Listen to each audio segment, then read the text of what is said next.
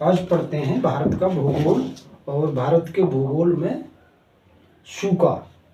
भारत में वर्षा का प्रादेशिक व मौसमी विवरण बड़ा ही विषम है।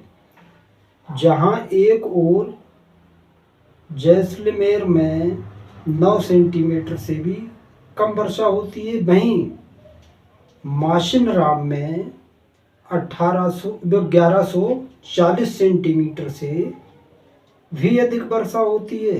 दूसरी तरफ भारत में अधिकांश वर्षा जून से सितंबर के 4 आर्द्रतम महीनों में हुई होती है।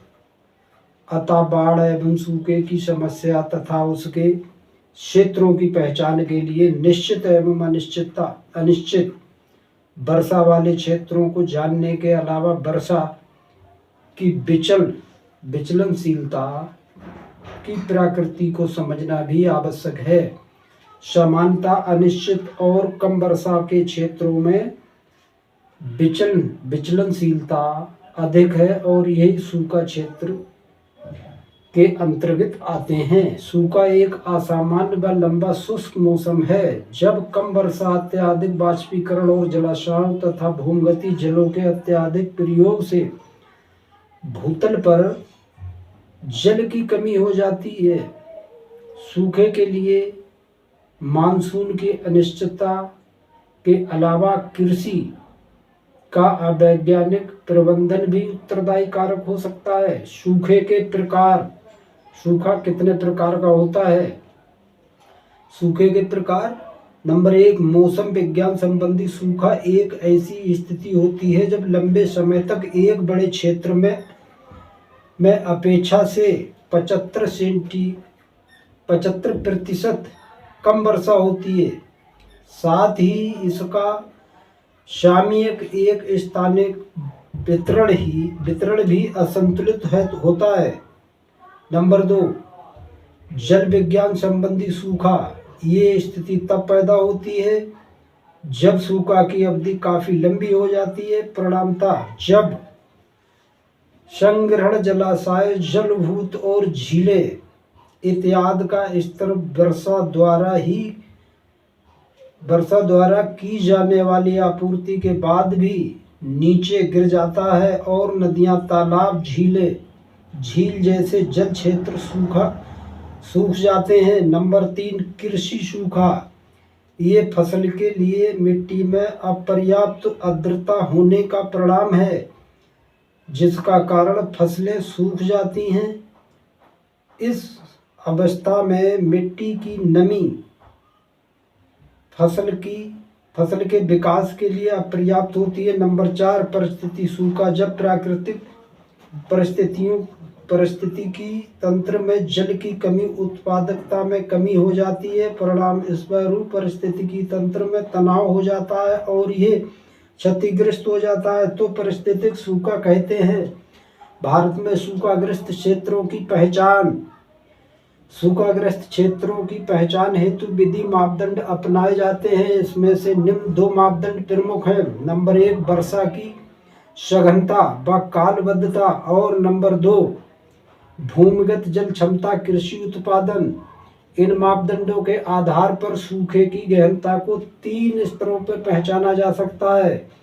भारत में बाढ़ और सूखा की समस्या बनी रहती है। अनुमानों के अनुसार कुल भौगोलिक क्षेत्र भारत के 19% भाग और जनसंख्या का 12% हर वर्ष सूखे की चपेट में रहता है। यानी भारत के 19% भाग और जनसंख्या का 12% भाग हर वर्ष सूखा की चपेट में रहता है। साथ ही देश के लगभग 30% क्षेत्र और 5 करोड़ जनसंख्या सूखे से प्रभावित हो सकती है।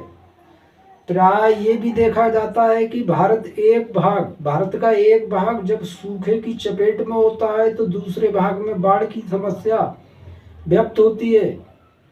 ये मानसून की परिवर्तनशीलता तथा अनिश्चितता का परिणाम है। सूखे का प्रभाव भारत में बड़ा ही व्यापक है, परंतु कुछ क्षेत्रों में इसकी बारंबारता अधिक रहती है और असर अधिक होता है। सूखे के तीव्रता के आधार पर भारत में निम्नलिखित क्षेत्र बांटे गए हैं। अत्यधिक सूखा, नंबर 1, अत्यधिक सूखा प्रभावित क्षेत्र। इस क्षेत्र के अंतर्गत राजस्थान के ज्यादातर भाग, खासकर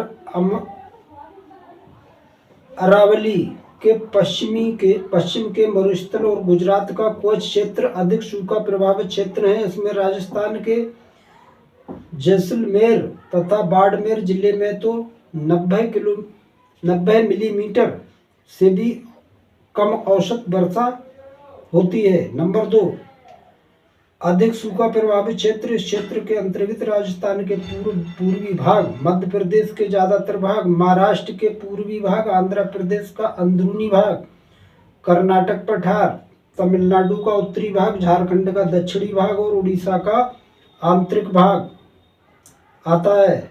नंबर 3, मध्य सूखा प्रभावित क्षेत्र। इस क्षेत्र के अंतर्गत राजस्थान का उत्तरी भाग,